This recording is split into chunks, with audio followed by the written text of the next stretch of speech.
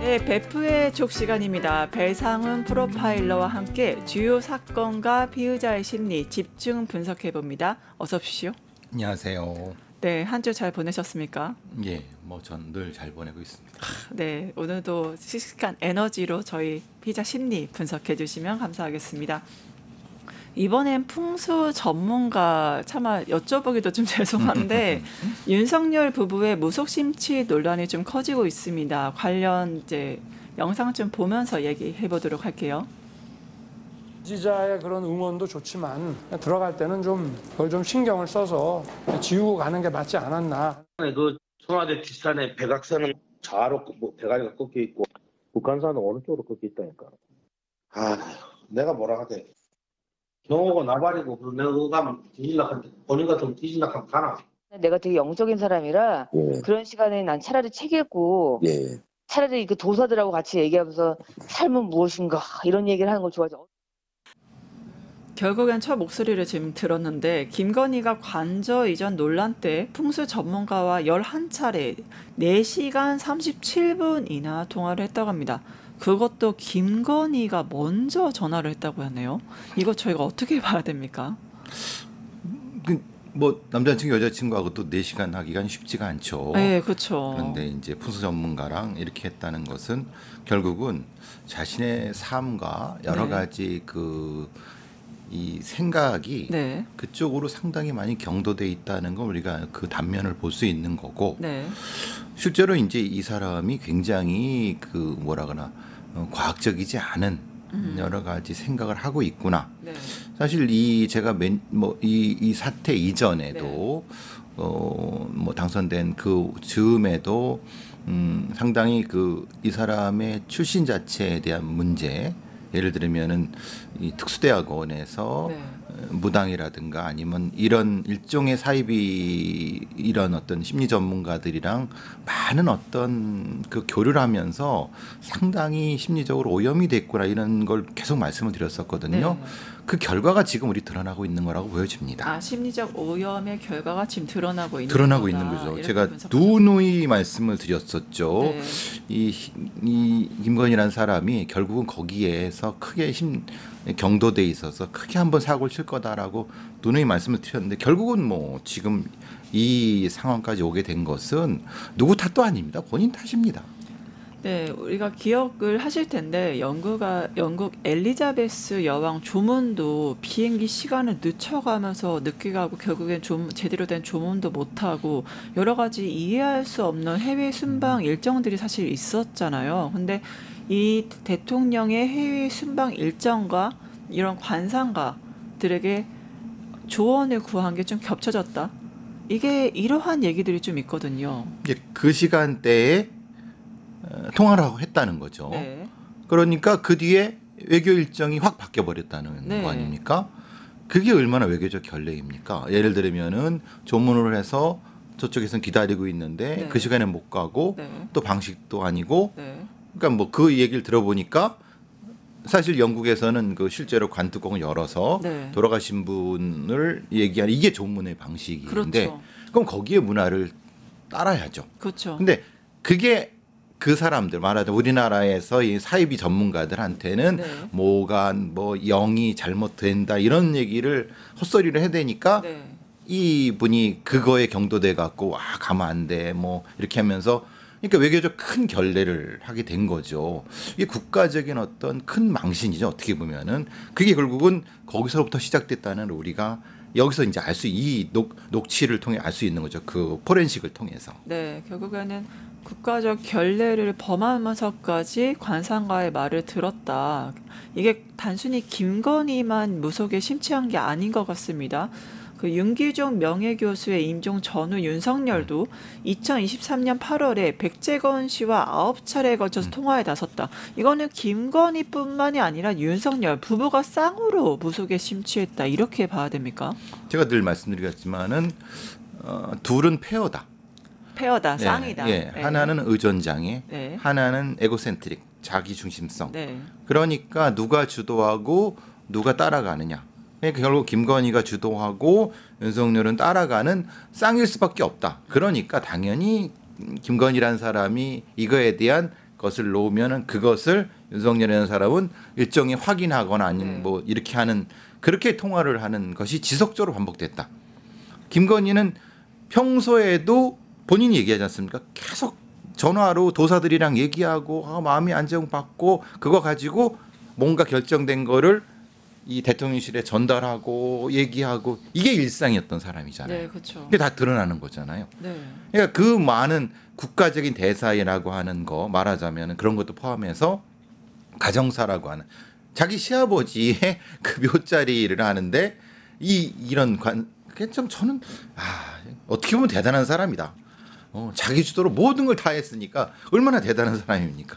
심지어 한국에서는 뭐 삼성이나 어떤 특별 재벌가도 물론 그러겠습니다만 어떤 묘자리를 어디다 하느냐 그것도 굉장히 중요하게 여기는 사람도 있는데 심지어 윤석열은 자신의 아버지 윤기중 교수의 묘자리까지도 이제 뭐 조언을 구했다 이런 말이 있거든요. 그러니까 아니 개인이 네. 그게 뭐 재벌이든 누구든 네. 개인이 묘자리를 풍수사한테 하든 그건 아무나 상관없이 자기들 알아서 하는 거예요.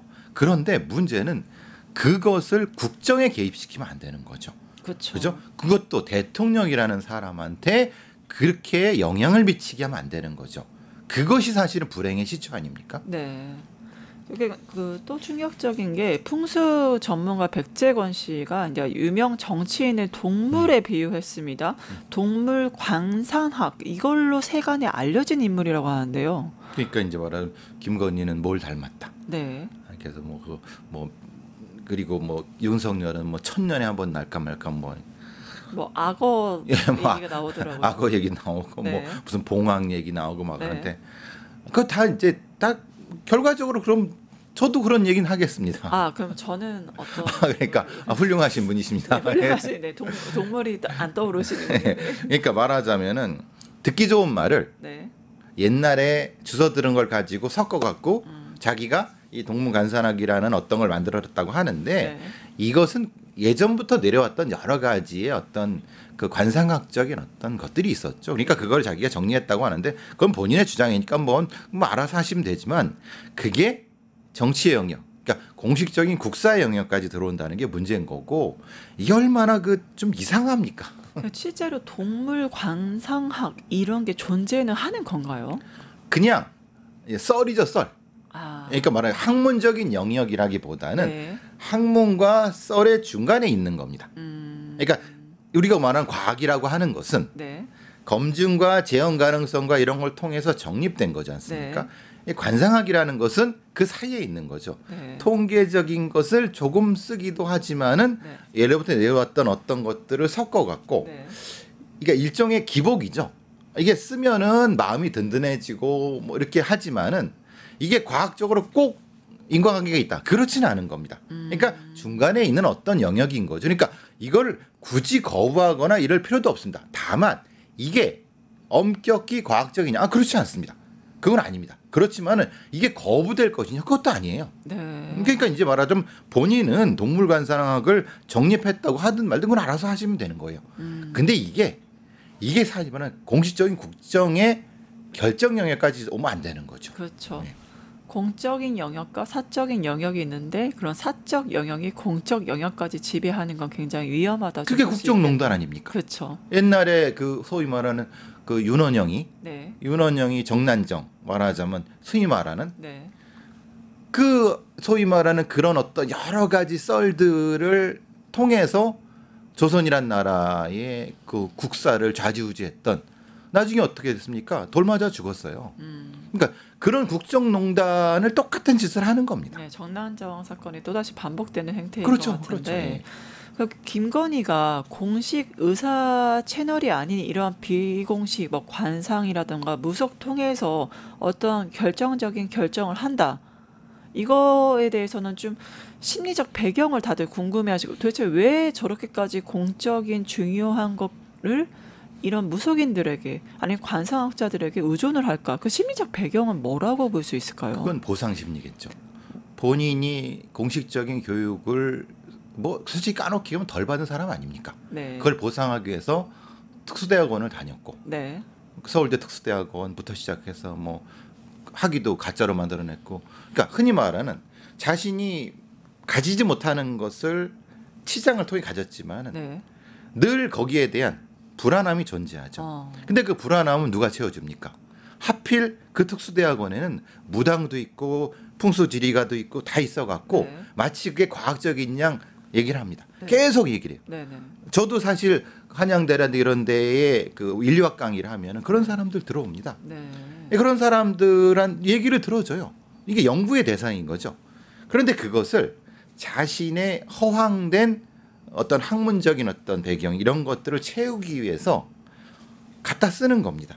그러니까 풍수사 무속인들이 마치 대단히 이 권위가 있고 과학적인 양 치장을 하는 거죠. 그래야지 자기의 권위가 쓰는 거지 않습니까? 네. 그 권위를 통해서 또 그 사람들은 그 무속인 뭐 법사 뭐 무당 그런 사람들이 또 김건희라는 사람을 통해서 또 자기들의 권위를 서로 이게 올라가게 되는 거죠. 서로의 상승 효과죠. 이제 예, 서로의 에스컬레이터 보상 효과를- 심리가 강하고 네. 그리고 그 보상 심리가 결국은 아무것도 아닌 것을 마치 우연히 뭐가 된 것을 그런 것인 양 치장하는 그게 바로 아까 말씀드린 것처럼 그런 심리적 배경 하에서 네. 지금 이런 의사결정이 들어오는 거죠. 근데 문제는 그러면 당당하게 네. 내가 이 풍수사한테 이걸 들어서 결정했어라고 하지도 못합니다. 네.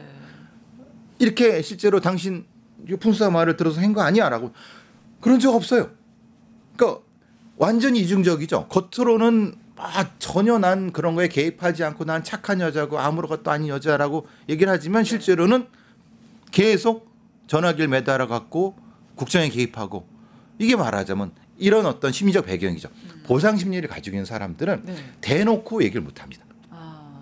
그래서 잘 보시면 네. 그의 오빠 김진우가 어떤 행동을 보였습니까? 카메라가 들어오니까 막 도망가요. 네. 그런 바보 같은 짓이 어집니까? 도망간다 얼굴이.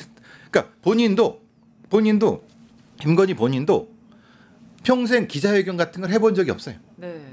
그죠? 그러니까 그런 이중적인 삶. 네. 그의 모친 최은순도 똑같습니다. 네.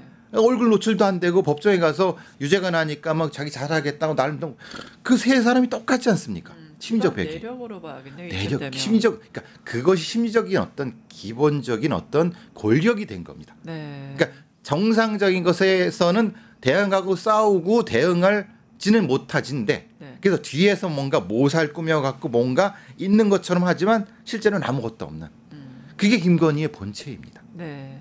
결국에는 가짜를 눈앞에 세워놓고 진짜는 텅 빈 그렇죠. 속빈 강정이다. 그렇죠. 그게 그러니까 이 김건희의 모양이 이 실체다. 꼴이 된 거죠.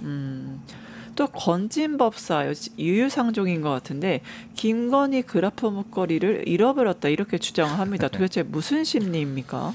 저는 근데 그 JTBC 기자한테 그거 인터뷰하는 거 봤을 때 네. 눈을 거짓말하는 사람의 눈을 보시면요. 네. 거짓말할 때의 눈이 확 돌아갑니다. 잘 보시면 아시겠지만 왜냐하면 그 논리를 이게 이제 머릿속으로 구성을 해야 되거든요. 네. 근데 그 논리 구성할 때가 탁 돌아가거든요. 그래서 그 화면을 한번 동영상을 한번 구해 보십시오. 네. 우리 시청자들분들. 그러니까 말하자면 변명을 하는 겁니다. 그러니까 말도 안 되는 변명을 하는 겁니다. 그러니까 이런 거잖아요. 배달 사고 났다는 거 아닙니까? 네. 그 소위 말하는 영부인한테 네. 영번에 전달할 거 지가 배달 사고 났으니까 네. 내가 다 책임지겠다 이렇게 마치 순교자처럼 합니다. 네. 근데 얼마나 사기꾼입니까? 그 사람. 그러니까 그게 그 사람들의 본체인 거예요. 네. 그러니까 끼리끼리 모여서 그렇게 그런 짓들을 한 거 아닙니까? 네. 그리고 유유상종 이제 여사, 법사, 집사 다 구속영장까지 청구돼서 향후 모습들 지켜봐야 될 것 같습니다. 그 윤석열의 멘토인 심평 변호사 김건희와의 접견 내용을 언론에 공개한 적이 있죠. 먼저 심평 변호사의 목소리 들어보시죠.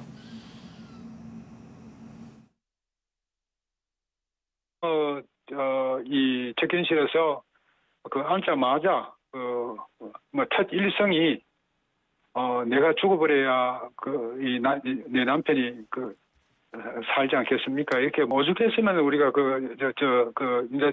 남편이 계엄을 했겠습니까?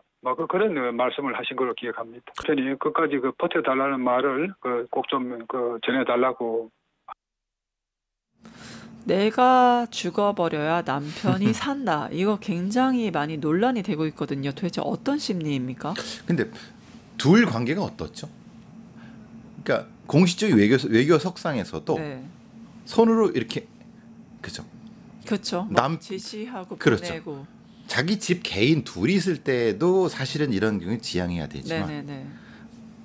많은 카메라와 많은 사람이 보는데 대통령 남편한테도 이렇게 가라고 지시하죠. 야 나가. 이게 뭐 하는지. 그러니까 말하자면 이 둘의 관계를 알 수 있는 거예요. 네. 그러니까 제가 계속 의존형 장애하고 에고센트릭이 붙어갖고 페어로 있다는 게 뭐냐면 지시하고 지시받는 입장이라는 거죠. 그런데 이게 말이 됩니까? 내가 죽어야 내 남편이 살지 않냐? 사실은 반대입니다. 너 죽어라 있죠. 보통 이런 에고센트릭한 사람들은 이인법 말하자면은 그 유체화법, 이태화법을 많이 합니다. 마치 이게 본인의 실제의 정신이나 몸과 붕 떨어져 있는 예. 남한테 말했듯이 그렇기 때문에 이렇게 했는데 사실은 본 마음은 내가 살려고 하니까 네가 죽으란 얘기가 되는 거죠. 왜냐? 주인이 누굽니까? 본인이지 않습니까? 내가 주인이고 너는 노예니까 그렇죠. 나를 위해 죽어줘라. 그렇죠.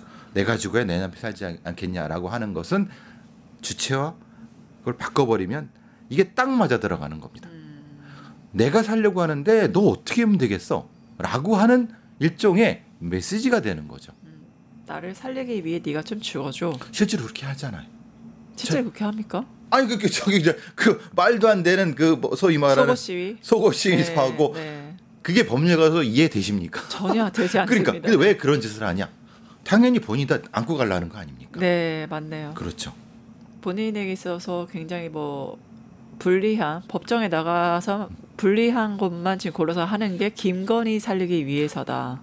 김건희는 모르세. 나는 아무것도 모르는 여자. 남편이 공식적 지위가 있고 나는 지위가 없는데. 네, 그래서 아무것도 아닌 여자라고 그렇게 한 되죠. 거고요. Nothing is everything 아니겠습니까? 그렇죠. 네. 그러고 뇌물죄라든가 여러 가지 직권남용 같은 경우는 어떻습니까? 그걸 굉장히 아마 입장이 쉽지 않을 텐데. 뇌물죄나 직권남용은 지위가 있어야 되는데 그렇죠. 민간인이고 배우자이기 때문에 그렇죠. 김건희 말대로 아무것도 아닌 거죠. 근데 문제가 있습니다. 윤석열이 본인이 세운 논리가 경제 공동체. 그렇죠. 그것 때문에 본인이 걸려들고 김건희도 걸려들 겁니다 아마. 집사도 같이 경제 공동체로 지금 얘기되고 있죠. 그렇죠. 3명 다. 네. 그게 누구 논리입니까? 윤석열 전과 한동훈의 논리자. 이게 아이러니한 겁니다. 사실은. 네. 자가당착에 빠지는 그런 모습들을 보이고 있는데 결국에는 내가 죽어야 남편이 산다 이것이 우울증도 강조하고 이런 모습들이 타겟이 일반 국민이 아니라 너무 비상식적인 발언이기 때문에 윤어게인 어떤 강성 지지층을 염두에 두고 한 말이 아니냐 이런 말도 있거든요. 일종의 피해자 코스프레 같은 거죠. 네. 여기가 앙상하게 40kg가 안 된다는 말 같지도 않은 소리 그런 소리를 하면서 아주 불쌍한 어떤 비련의 여주인공처럼 하는 그걸 숨겨져 컴플렉스일 수도 있고 그런 걸 자극해 갖고 아주 소수 극단적인 마침 또 지금 지금 어느 정당의 그 선거가 있죠. 사실은 중요하게 그런 부분을 사실은 굉장히 정치적인 사람 같습니다. 그걸 또 신평이라는 사람이 멘토인지는 모르겠습니다만은 실제로 신평이라는 사람이 한 말은 그게 그대로 전달한 것 같다는 생각이 듭니다. 조금 섞었다 하더라도 물론 본인은 지금 아니라고 하는데 이중 플레이 아닙니까? 그런 사람들이 하는 그게 딱 그겁니다. 해놓고 약간 불리하면 내가 한 거 아니야. 메신저를 바보 만드는 흔히 하는 수작이죠. 소리 자르기 수법으로 수법이죠. 그리고 또 이 말도 이슈가 되고 있어요. 오죽하면 남편이 계엄을 했겠냐. 계엄 정당화하는 건가요? 문제는 근데 이 오죽했으면을 누구로 대상하느냐 문제죠. 이게 한동훈을 대상으로 한 거 아닙니까? 한동훈을 대상으로 앞쪽 얘기가. 네네. 한동훈이 우리를 배신해 갖고 그러니까 우리를 엎으려고 그러니까 오죽했으면 그러니까 앞과 붙여서 봐야 되는 거죠. 사실은 이거는 민주당을 겨냥한 것이 아니라 그래서 한동훈 쪽이 발작 버튼이 일어나는 게 왜 우리 갖고 그래라고 하는 거죠. 그러니까 이게 어떻게 보면 본심일 수 있는 것 같다는 생각도 들어요. 왜냐하면 자기가 밑에 뒀던 일종의 자기가 부리던 사람들이 자기를 거역하는 건 이런 사람들은 못 참아야 합니다. 겁니다. 차라리 상대방은 어떻게 보면 일종의 대우를 해줘. 이상하지 않습니까? 네. 이재명이라는 사람을 왜 굉장히 이 언어에서 왜 치켜 세웁니까? 그게 이상하죠? 네, 이상하죠. 그죠? 약간 강약이죠. 이런 사람들은. 전형적인 타입이네요. 그게 오죽했으면이라는 이 워딩 자체도 좀 유의미할 것 같아요. 그렇지. 왜냐하면 자신의 행위 아니면 윤석열의 행위를 좀 정당화하는 방어 기제로서 볼 수 있지 않나. 방어 기제도 되고 네. 거기에 대한 일종의 어필 같은 것도 되겠고 심리적으로 이렇게 그 지지자들을 대항하는 것일 수도 있고 사실 이런 말은 잘 안 쓰지만 어쨌든 네. 뭐 그 법률적인 용어는 아니지 않습니까? 쉽게 말하면 그렇죠. 그렇지만 지금 사실은 법률적인 걸로 대항할 수 있는 수준은 지났죠. 네. 명백히 증거도 다 네. 나오고 또 자기가 데리고 있던 사람들도 다 배신하고 이 상황에서 지상에서 자기 자신에 대한 심리적인 어필을 하는 과정이라고 생각합니다. 또 이런 말을 했다고 합니다. 남편이 끝까지 버텨달라. 이건 또 어떻게 봐야 됩니까? 그러니까 근데 그 맥락에서 윤석열이 뭐라고 했냐면은 그 왔다 갔다 할 때 그런 얘기를 했어요. 극단적인 선택을 하지 않을 수 없는 것이 아니냐라는 말을 했어요. 네. 듣기에 따라서는 되게 이상한 말이 되죠. 그렇죠. 그죠? 그러니까 이 극단적인 선택이라는 게 말하자면 자기가 이렇게 그 속옷 시위 뭐 이런 걸 한 것이라고 생각할 수도 있지만 좀 이상한 지금 이걸 봤을 때는 네. 조금 포기할 수 있는 그러니까 아마도 이것도 계속 메시지를 주는 것 같아요. 윤석열에게 계속 메시지를 준다고 봐야 될까? 포기하지 마. 포기하면 안 돼. 포기하면 내가 다치잖아요. 쉽게 말하면. 아니 이 사람은 에고센트릭한 사람은 자기밖에 몰라요. 남편 무슨 상관이 있습니까? 사실 그 양반의 그 많은 전사가 있지 않습니까? 네, 네. 사실 그거 보면 어떻습니까? 실제로는 그 사람한테는 자기가 중심인 거지 별로. 전형적인 천동설이네요. 세상의 중심은 나. 자기죠. 네. 그래서 신지호 전 그 국민의힘 조직 분류장이 그런 말씀을 하셨어요. 대변인. 그렇죠. 뭐라고 했냐면 자기를 마치 천재적인 전략가로 생각한다는 거예요. 스스로의 그 지갈공명 이 정도로. 그 정도로 생각한다는 거예요. 그래서 계속 사람들 붙잡고 이렇게 하면 어떨까 저렇게 하면 어떨까 막 하는데 되는 건 하나도 없어. 그게 바로 에고센트릭하는 바보들의 특징입니다. 네. 김건희가 여러 발언을 한 게 심평 변호사를 통해서 드러나고 있는데 심지어 이재명 대통령도 언급을 했다고 합니다. 관련 영상 같이 보시죠. 선생님 생각하기에 이재명 대통령의 가장 큰 장점이 뭐라고 생각합니까? 그래서 제가 이 대통령은 무엇보다도 사람을 키울 줄 아는 분이다. 김 여사 하는 말씀이 동조를 하시면서 사람을 이 대통령이 사람을 키웠다. 키울 줄 아는 분이다. 이것을 윤 대통령께 남편에게 다음에 가시거든 꼭 좀 전해달라. 그래서 몇 번이나 신신당부를 합니다. 아니 이재명 대통령 얘기는 할 수는 있습니다. 네. 그런데 장점을 여러 번 물어봤다는 이건 또 무슨 심리인가요? 그러니까 말하자면은 이재명이라는 사람에 대한 얘기를 하면서 네. 그러니까 결국은 이 정국 자체는 이재명이라는 사람은 상수가 되고 네. 거기에 따라서 어떻게 자신이 이것을 조정할 것인가에 대한 얘기를 하다가 얘기가 나온 것 같아요. 그 대통령이 사람을 켰다. 여기서 근데 그래서 약간 헷갈리는 게 주어와 목적어 서술어가 잘 안 맞아요. 그래서 누가 키웠다는 거야? 근데 이거를 왜 윤석열한테 갖다 얘기를 하라는 거지? 이재명이 그렇게 좀 여유롭고 너그러운 사람이니까 윤석열 너를 그렇게 쉽게 선처를 해줄 거 그렇죠. 기대한다. 나중에 봐라. 아니, 조국도 사면해주고 다 사면해줬는데 너도 해줄 거야. 그러니까 이런 식으로 그러니까 그게 뭡니까? 어차피 계속 버텨라. 여기서 지금 포기하지 마라. 이걸 방조하는 것 같아요. 계속 시그널을 주는 거네요. 그러니까 만약에 포기하면 자기까지 다치지만 계속 버텨서 어쨌든 해도 나중에 사면해주면 되는 거니까. 네. 방패나 버퍼존이 필요하다 보니 그런 것 같은데. 그러니까 이 맥락이 그렇게밖에 해석이 안 돼요. 이게 지금 앞뒤가 잘 안 맞는 것에서 심평이란 분이 사실은 약간 기억이 헷갈리는 그건 아닌 것 같아요. 저는 제가 해석했던 거는 오히려 윤석열이 나올 수도 미래가 있으니까 너는 이제 미래가 있어. 앞으로 나올 수도 있어. 그러니까 이재명이 인재를 키우는 것 너도 본받아. 준비를 해. 이렇게 뭐 본인 전략가로서 자문을 한 건가 그렇죠. 이런 생각도 그러니까 그런 얘기를 계속 떠들어대는 것 같아요. 네. 허황되죠. 허황되죠. 말 같지도 않은 소리를 하니까. 근데 그거를 이재명 대통령이 장점은 당연히 물어볼 수 있으면 전 그렇죠. 국민이 네. 얘기할 수 있는 건 이해 갑니다. 거기까지. 근데 그거를 또 윤석열에게 전달하라고 했습니다. 이건 또 그러니까 이제 그럼 너도 본받으라는 소린가? 아니 그게 말이 안 되잖아요. 그게 말하죠. 그러니까 얼마나 대통령의 남편을 네. 마치 가르치는 누가로 이렇게 바라보나 시각을 볼 수 있는 거예요. 지금 사실 아내로서 윤석열 관계는 건강 좀 살피시고 그게 주가 되는 거 아닌가요? 네네. 그게 우리가 상식적으로 생각하면 지금 거기 덥다고 하는데 네. 건강 좀 잘 살피시고 가시면은 왜냐 심평 변호사의 얘기가 윤석열 대통령이 보내서 왔다는 얘기가 있으니까 네. 그게 주가 돼야 맞는 얘기예요.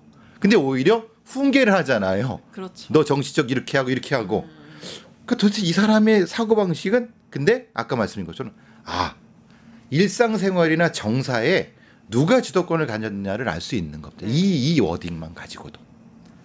뭐 한동훈이 배신 안 했으면 무한한 영광이 있을 것. 근데 이 한동훈에 대한 발언이 김건희와 심평 변호사 서로 다릅니다. 좀 그렇죠. 영상 보면서 이야기해 보도록 하겠습니다. 한동훈 전 대표의 지나간 행적에 관해서는 김 여사나 저나 이해를 공유하고 있는 것이 네. 한동훈 전 당대표가 비대위원장 시절부터 자신이 어떤 최고의 자리에 오르겠다는 그런 야심을 가지고 이 윤석열 대통령에 대해서 어떤 이 배반의 마음을 가진 궁정 쿠데타를 계획하고 실행했다고 저는 보고 있고 예, 한동훈이 배신을 안 했다면 무한한 영광이 있을 것. 결국에는 한동훈 탓하는 거 아닙니까? 한동훈 탓이고 이 사람들 머릿속에는 배신, 배반 이런 것들. 네. 그러니까 이 단어가 좀 이상하죠. 정치적이지 않죠. 그렇죠. 그렇죠. 그러니까 민주주의 국가에서 이런 얘기는 통하지 않는 거, 말이 안 되는 거를 하는 거예요. 근데 우리가 알 수 있는 거는 잘 보시면 지금 본인이 누굴 배신했습니까? 문재인 대통령을 배신했죠. 왜? 이미 배신한 사람이다. 사법개혁을 하겠다고 해놓고 그렇죠. 얼굴을 까고 그렇죠. 조국을 찍은 다음에 권력을 장악한 배신의 경험이 있는 자들은 가장 두려운 게 네. 자기가 배신당할까 봐 걱정하는 겁니다. 본인이 배신을 해봤으니 또 다른 배신을 당할 수 있다. 이거는 만고의 진리입니다. 네. 구데타를 엎은 사람들은 가장 두려운 게 적이 아니라 내부의 적, 자기의 부하들입니다. 그래서 단도리 치는 거죠. 네. 한동훈이 해봤자 뭘 하겠습니까? 네. 해봤자 친윤들이 설치는데. 네. 그렇죠? 근데 결국은 사실은 친윤들의 그 엉망진창이 농단을 만들어내는 기초가 됐는데 한동훈 탓을 왜 합니까?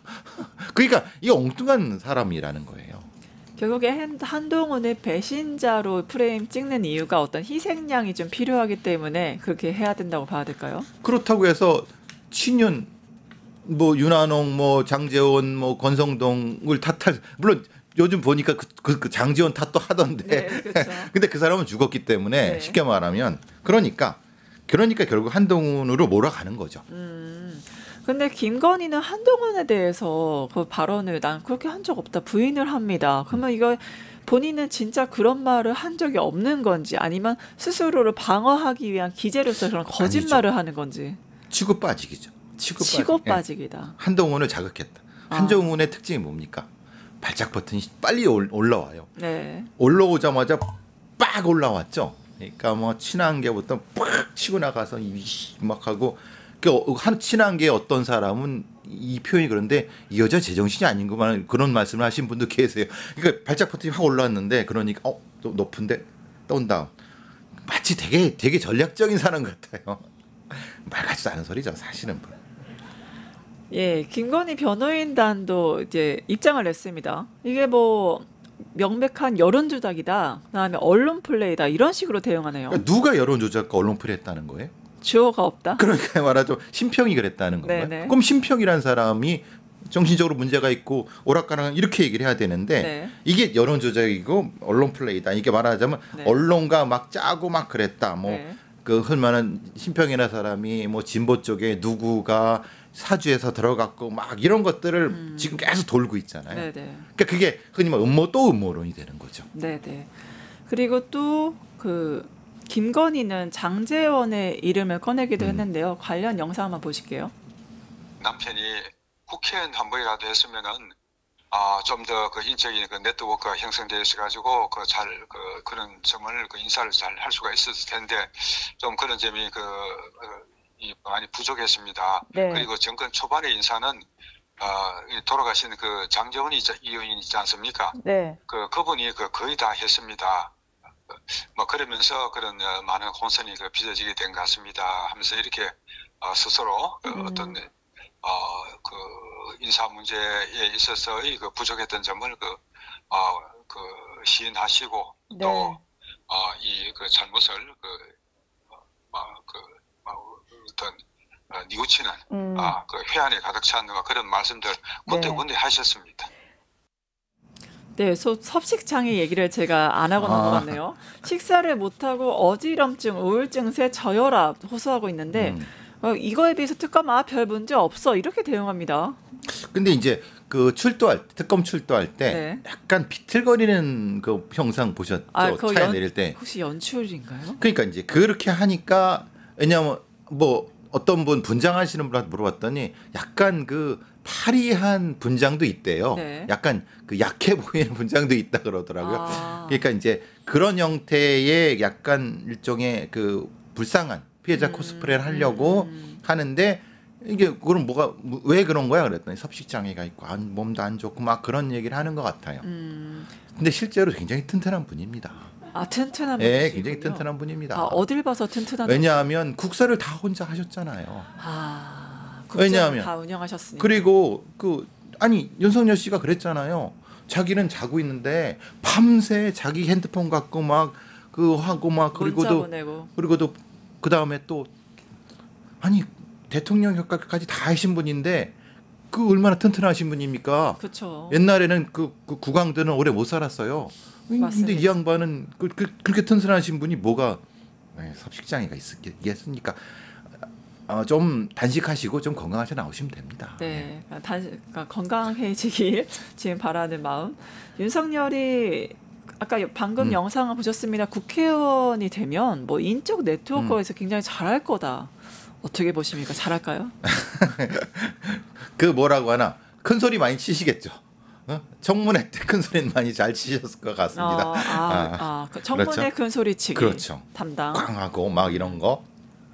그러니까 근데 정치에 훈련되지 않은 사람은 맞습니다. 그게 사실은 비극의 시초일 수도 있고, 네. 아니면 그게 결과일 수도 있고. 네네. 보통 뭐 법률가시니까 검사 출신 분들이 취조를 많이 하니까 네. 실제로 네. 일종의 토론이나 이런 거에 잘 익숙하지가 않아요.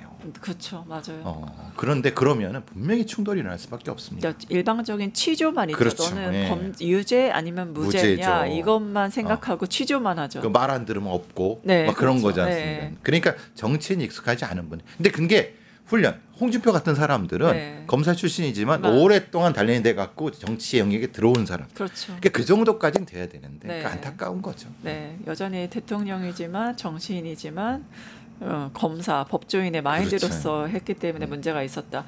사실 민주당에서 예전에 문제 제기했던 게 뭐 김건희 때문에 뭐 제2부속실 얘기하면서 도대체 대통령실 구성이 어떻게 되냐. 대통령실에 뭐 무당하고 법사가 들어갔다는 게 맞냐. 이게 의혹이 아닌 걸 밝히려면 명단 제출해라.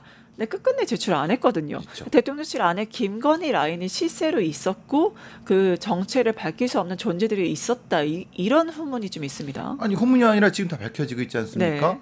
주요한 핵심 포스트에 자기 사람을 심어놓고 네. 자기 코바나 컨텐츠에 있던 사람들이라든가 자기 대학원 동문 놓고 실제로 이름 있는 어떤 수석들은 그냥 바지로 올려놓고 네. 그렇게 운영한 거잖아요. 전화해 갖고 공식적으로 결정된 것도 그 다음날 아침에 엎어갖고 네. 이거 정반대가 나오고 막 황당하게 그게 국정농단입니다. 그게 진짜 그죠? 그게 다른 게 국정농단입니까? 농단을 한 거죠. 그런데 그걸 하고도 자기는 아무것도 아닌 여자가 되는 거죠. 네. 왜? 아무것도 아니야. Nothing is everything이니까 그죠? 다 내 건데 내가 아무것도 아닌데 그건 내가 다 가졌다는 의미입니다. 다 가졌다. 내가 다 했다. 아니 아까 장제원 얘기를 했는데 네. 죽은 사람 탓하는 게 제일 쉽습니다. 그렇죠. 죽은 사람이 다 했어요가 사실 공소권 없음이잖아요. 쉽게 말하면. 그쯤 좀 무섭네요, 사실. 무섭죠. 예. 그 공소권 없음. 아니 국정농단의 시작은 네. 장제원 때문이야. 네. 그럼 장제원을 처벌해야 되겠네? 아니 공소권 없음이잖아요. 부검을 다시 잠시 할 수도 없는 노릇이고 그래서 죽은 사람이 다 떠넘긴다. 떠넘기는 거죠. 이것도 그러면은 떠넘김으로 인해서 자기 자신의 책임이라던가 어떤 법에 대한 그런 회피를 하려는 전략으로 봐야 될까요? 아무래도 지금 본인은 네. 자기의 생존만 지금 생각하고 있는 오로지 본인 오로지. 생존. 그래서 구속되기 전까지 뭐 했다고 합니까? 계속 전화 돌리고 네. 막 하고 그랬다고 하는 게 네. 그 뭐 하는 거겠습니까? 그건 집사들한테 네. 입 단돌이 시키고 막 다 하는 것이 근데 오히려 그게 더 그런 사람들한테는 불안함을 느끼게 합니다. 그래서 제가 명백히 말씀드리지만 배신은 가장 가까운 데부터 시작될 겁니다. 이미 시작이 되지 않았으니까. 됐죠. 네. 김혜성 네. 그리고 그 근처 그러니까 자기가 가장 아꼈다고 하는 사람들부터 입을 털기 시작합니다. 사람부터 예. 서희건설도 지금 벌써 다 진술을 했고요. 그렇죠. 그래서 서운하다고 했고. 서희건설에 안가로 해갖고 잘 단돌해갖고 네. 우리 내 사람이야 하면 안 되라고 했는데 네. 자수를 갖다 바쳤네. 갖다 바쳤죠. 물증도 갖다 바치고. 그렇죠. 네. 그것도 물증을 자기가 안가에서 안심하고 있었을 겁니다. 그렇죠. 그렇죠? 그러니까 제일 가까운 사람이 제일 빨리 배신합니다. 안가는 말 그대로 안전가옥이라서 본인의 안전을 담보하는 가옥으로 개인적 소유물로 생각한 게 아닌데. 그것도 국정농단이죠. 그러니까 최순실 국정농단과 김건희 국정농단 비교하면 어떻습니까? 성격이 다르죠. 어떻게 완전히 다릅니까? 다르죠. 네. 말하자면은 이거는 소위 말하자면은 그 최순실 같은 경우는 아주 특정한 작은 분야에서 헤쳐먹은 건데 쉽게 네, 말하면 네. 이 양반은 국정 전체를 다 하고 실제로 그러니까 최서원 씨가 너무 비통해하는 거예요. 네. 나는 이렇게 조금밖에 안 해먹었는데 막 비통해하는 이유가 그거. 그러니까 제가 최순실이라는 사람은 비하하는 건 아닌데 성격이 다르다. 성격이 다르다. 세 발의 피다. 네. 도적지열이다. 최서원 씨는 네. 사실 김건희는 전체적으로 자기가 대통령이라고 생각하는 사람이기 때문에 더 위험한 사람이다. 그런데도 자기는 아무 죄가 없다라고 오리발을 내밀고 있으니 이게 더 위험한 거죠. 네, 남탓만 하고 자기는 책임이 없는. 책임을 안 지려고 하는. 네, 자유만 누리고 책임은 없는 되게 위험한 종자인 것 같습니다. 예, 베프의 책 오늘 배상원 프로파일러와 함께했고요. 다음 주 이 시간에 또 인사드리겠습니다. 감사합니다. 감사합니다. 유튜브 구독하고 실시간 채팅에 참여하시면 2000 TTCO를 드립니다. 참여 방법은 통통물 어플을 다운로드 하신 다음 회원가입과 로그인을 해주세요. 마이페이지에서 나의 회원 고유번호 코드를 복사해주세요. 유튜브 라이브 실시간 채팅창에 복사한 코드를 한 번만 입력하면 준비 끝! 이제 채팅에 참여하시면 TTCO를 드립니다. 지금 참여하세요.